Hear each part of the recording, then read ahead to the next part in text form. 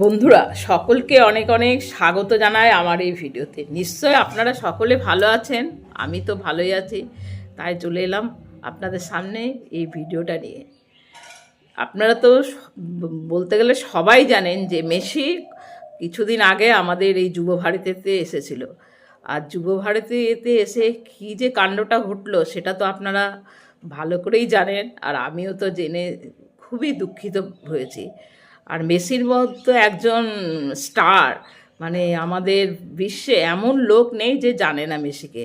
আর Messi হচ্ছেন Messi শুধু ফুটবলারই নয়, মেসি হচ্ছেন একজন বিশিষ্ট অ্যাথলেটিক হিসাবেও স্বীকৃতি পেয়েছেন। এটা ফুটবলের আগে এরকম স্বীকৃতি কেউ পায়নি। বেসবল এইরকম অনেকে পেয়েছে, কিন্তু এই মেসির মতন অ্যাথলেটিকের কেউ এরকম পায়নি।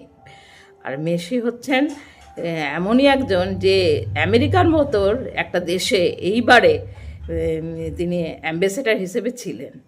তাহলে বুঝতে পারছেন কতটা তিনি উচ্চধরের মানুষ। আর মেসি দোরগড়ায় বলতে গেলে ওই বিদেশ মূল্যকের লোক এরা যারা আমাদের এই দেশে কনসার্ট করতে আসে, তারা ওর দরজার সামনে দাঁড়িয়ে থাকে ওর একটা অটোগ্রাফ পাওয়ার জন্য। যেখানে আমাদের এইখানে এই যে ওই এরা কনসার্ট করতে আসলে যেখানে আমাদের দেশে 15-16 হাজারের টিকিট এই আমাদের দেশে বিক্রি হয়, তারাই মেসির একটা সিগনেচার নেওয়ার জন্য ওর দোরগড়ায় দাঁড়িয়ে থাকে। তাহলে বুঝতে পারছেন মেসি কত একজন বড় মাপের মানুষ।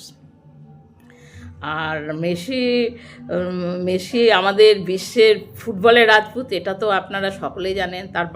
মেসির পায়ের দাম আমাদের বিশ্বের সবচেয়ে বেশি, তার জীবনের চেয়েও বেশি। জানেন তার পায়ের দাম কত? 8,152 কোটি টাকা। ভাবতে পারছেন কত টাকা দাম? পায়ের বিমা করা আছে। এই পায়ের বিমা করার জন্য উনি আমাদের দেশে কিংবা বাইরের দেশে খেলতে পারে না, শুধু দেশের হয়ে আর নিজের ক্লাবের হয়ে খেলেন, না হলে ওর এই বিমাটা উনি পাবেন না। সেই জন্য তিনি বাইরের দেশে খেলেন না। আর এই যে শতদ্রু দত্ত, এটা হচ্ছে একটা দালাল, আর ওটা সৌরভের মানে টেনির মতো হিসাবে কাজ করছে। সৌরভ তো জানেনি সেরকমই লোক। ও তো আমাদের বাংলায় কী বলে ক্রিকেটকে তো একেবারে ধূলিসাৎ করে দিয়েছে। আর এবার ফুটবলের পিছনে লেগেছে, ফুটবলটাকেও এবার আমাদের বাংলা থেকে একেবারে ধূলিসাৎ করে দিল এই কাণ্ডটা ঘটিয়ে। তা তো আমি তো মনে করছি শতদ্রু দত্তর মাত্র 20% এখানে আছে, কমতি আছে। আর হচ্ছে এই যে অরূপ বিশ্বাস, ওনার তো হচ্ছে 60%, আর বাদ বাকি হচ্ছে ব্যবস্থাপনা। এই ব্যবস্থাপনা যারা ছিলেন তাদেরও ত্রুটি থাকার জন্য এই ঘটনাটা ঘটলো। আর যারা আমাদের মতন সাধারণ মানুষ তারা তো বলতে গেলে 100%ই হয়েছে, কারণ ওরা সময় টাকা সব দিয়ে ওই যুব ভারতী ঘন্টার পর ঘন্টা বসেও যখন মেসিকে দেখতে পেল না, তখন তাদের চোখের জল, অনেক ভিডিও দেখলাম, কেউ চোখের জলে, কেউ কত কিছু, মানে ভাবাই যায় না।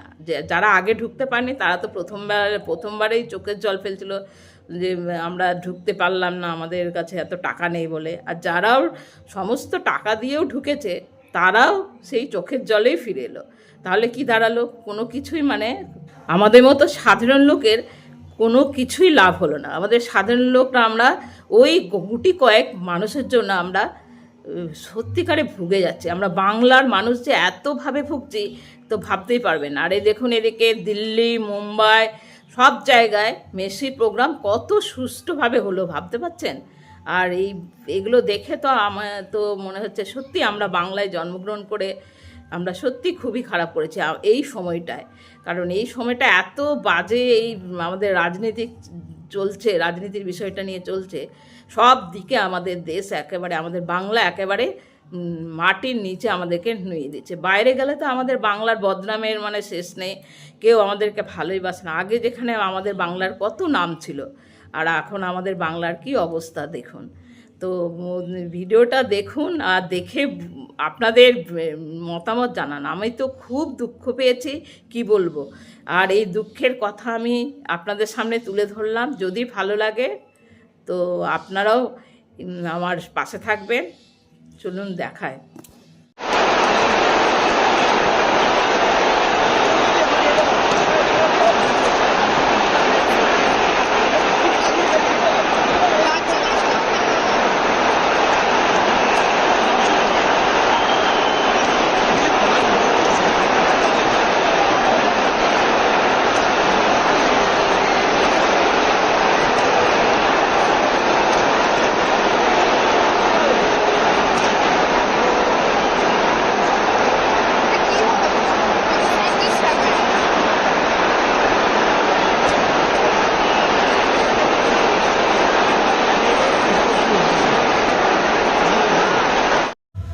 দেখলেন মাঠে কত লোক, মানে লোকে লোকারণ্য, এত লোক মানে ভাবাই যায় না। মেসিকে তো ওখানে দেখাই যাচ্ছে না। মেসি মাত্র কয়েক মিনিট কিছুক্ষণ থাকার জন্য মেসি এখানে এসেছিল। আর স্টেডিয়ামটা দেখছেন, মানুষে মানুষ, লোকে মানে মানুষের মাথা ছাড়া আর কিচ্ছু দেখা যাচ্ছে না। একটু মানে বিন্দুমাত্র জায়গা নেই মানুষ ছাড়া। আর সেখানে মাঠে দেখুন কত লোক ঢুকে যাচ্ছে। আর জানেন তো আমাদের কে কে ঢুকেছিল, আপনারা তো টিভিতে নিশ্চয়ই দেখেছেন কারা কারা ঢুকেছিল, আমি আর বললাম না। তো আমার মতো সাধারণ মানুষেরা যারা একটু নিজের চোখে দেখার জন্য এই এত টাকা পয়সা খরচ করে, সময় খরচ করে বসেছিল, তারা কিন্তু কেউ দেখতে পেল না। বড় স্ক্রিনেও মেসিকে দেখা যায়নি, কারণ মেসি মানুষটা তেমন নয়, মানে লম্বা চওড়া নয়। আর আর এত লোকের ভিড়ে কি মেসিকে দেখা যাবে? দেখা যাবে না। এত এত মানুষ ঢুকে গেছে মাঠে। দেখছেন, এই ব্যবস্থাপনা ছিল আমাদের মেসি আসার সময়। তা মেসিকে বাধ্য হয়েও এখান মাঠ ছাড়তে হলো, কারণ দেখেছেন অরূপ বিশ্বাস কীভাবে তাকে জড়িয়ে ধরেছে। আর বলছে নাকি তাকে কেউ চিমটি কেটেও দিয়েছে, ভাবতে পারছেন? একটু রক্তাক্তও হয়ে গেছে। সেই জন্য মেসির যারা ছিল তারা বাধ্য হয়ে মেসিকে সঙ্গে ওখান থেকে নিয়ে চলে গেল। তার জন্য আমাদের মতো সাধারণ মানুষ, ওই গ্যালারি ভর্তি সমস্ত লোকের চোখ ছিল ওই কিছুক্ষণের জন্য মেসিকে দেখা, সেটা তাদের সৌভাগ্যে হলো না। সেটা যে কি খারাপ লাগলো, সেই খারাপ লাগার পরিমাণ এই তারপরের ছবি স্টেডিয়ামে। আর এটা দেখে মানে আমি তো একেবারে মানে কি বলবো, বলবার আমার ভাষাই নেই। তো এই আমি দেখে খুবই কষ্ট পেলাম।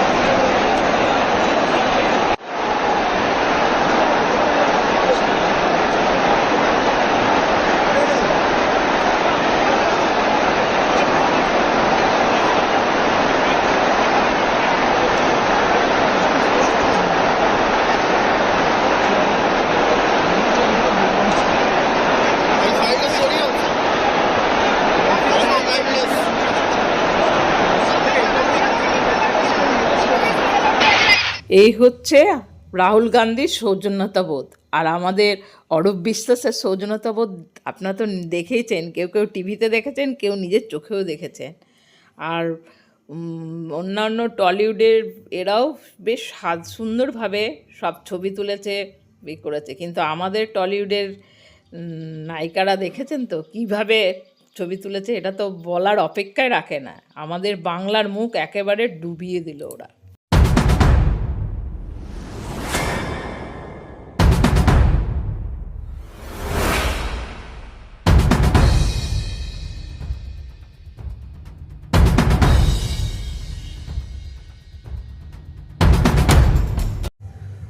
বন্ধুরা, আমার ভিডিওটা দেখলেন তো?